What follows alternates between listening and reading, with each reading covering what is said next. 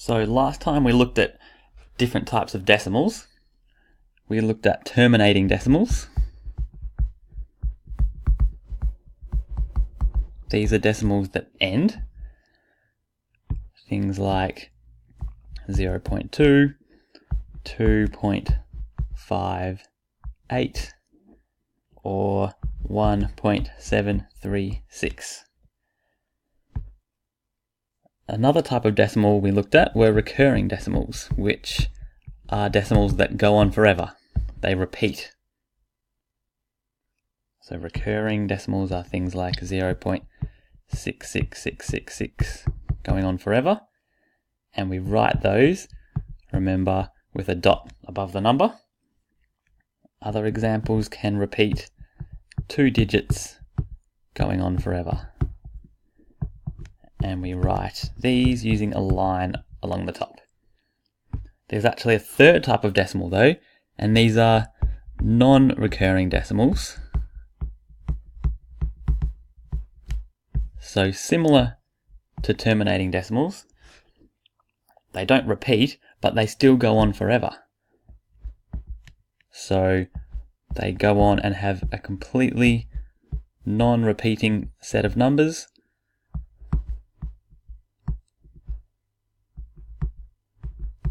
And these just go on forever and they never finish. And a few examples of these in maths are a number called pi, which is about 3.1415, and that goes on non-repeating off to infinity. So we give that number a symbol so that we don't have to write the number out every time. So with all these three types of decimals, sometimes we want a shorter way of writing them. Instead of writing at 4 or 5 decimal places, we just would rather write 1 or 2 to find an approximate or an estimation. And this is called rounding off. So we've actually learnt about rounding whole numbers before.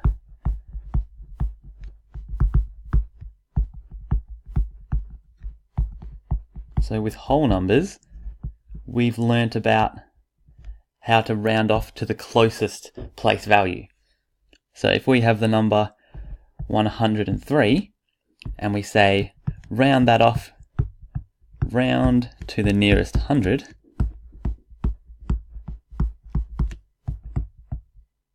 we need to think about the number line. So we have 100 on the number line and we have 200 above it, and we think, where is 103? Which 100 is it closest to? And obviously it's right down here near 100. So when we round off 103, we write that as 100, rounded to the nearest 100. And it's the same thinking that we use when we round off decimals. But for decimals, we say round off to 3 decimal places, or 5 decimal places.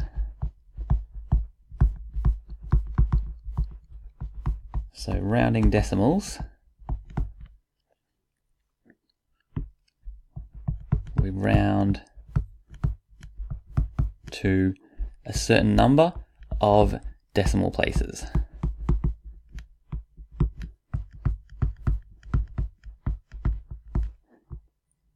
And let's do a few examples of these. So if we have the number 0.12 and we want to round that to 1 decimal place. Round to 1 decimal place. So we want to estimate what 0.12 is by only writing 1 decimal point, 1 decimal place value, instead of 2, which it has at the moment. And we want to think about a number line again. So on our number line, we have 0.1. That's going to be if we round down, or we might round up, which would be rounding up to 2/10. And now we need to think, we have 2 hundredths here, a 2 in the hundredths place value. So is a 2 hundredths closer to 0.1 or 0.2. And we can draw all of our place values in here to help us work it out. Because in the very middle, that's going to be 0.15, halfway between 0.1 and 0.2. 0.16, 0.17, 18, 19, and then 0.2. And then working backwards, 0.14, 13, 12, and 11. So now we can see 0.12 is the number that we wanted, and that's here on our number line. And we can see it's much closer to 0.1 than all the way up to 0.2. So to round off to one decimal place, we're writing this number as 0.1 because it's closer to 0.1 than to 0.2. So in this one we can think that we rounded down.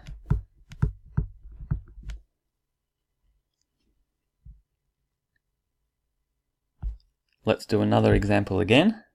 3.469, and round this to 2 decimal places.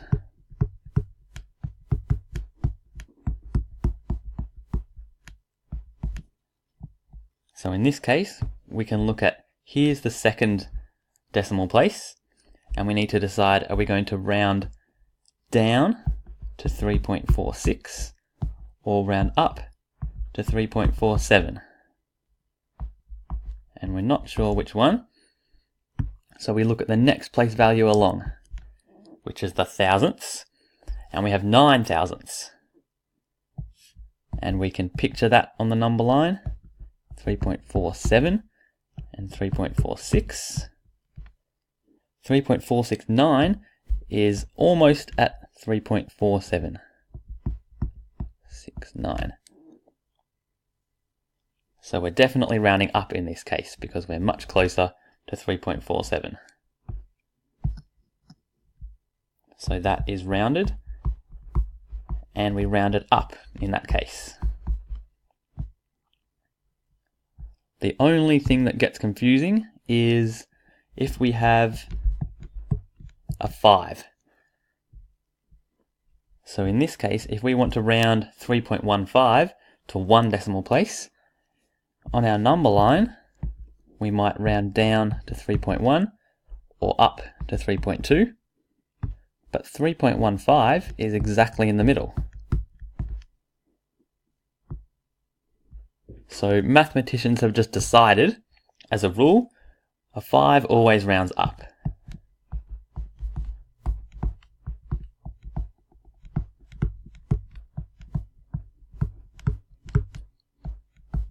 And this is just the same as if we're rounding whole numbers. You probably remember a 5 rounds up. So to round off 3.15, we round up to 3.2.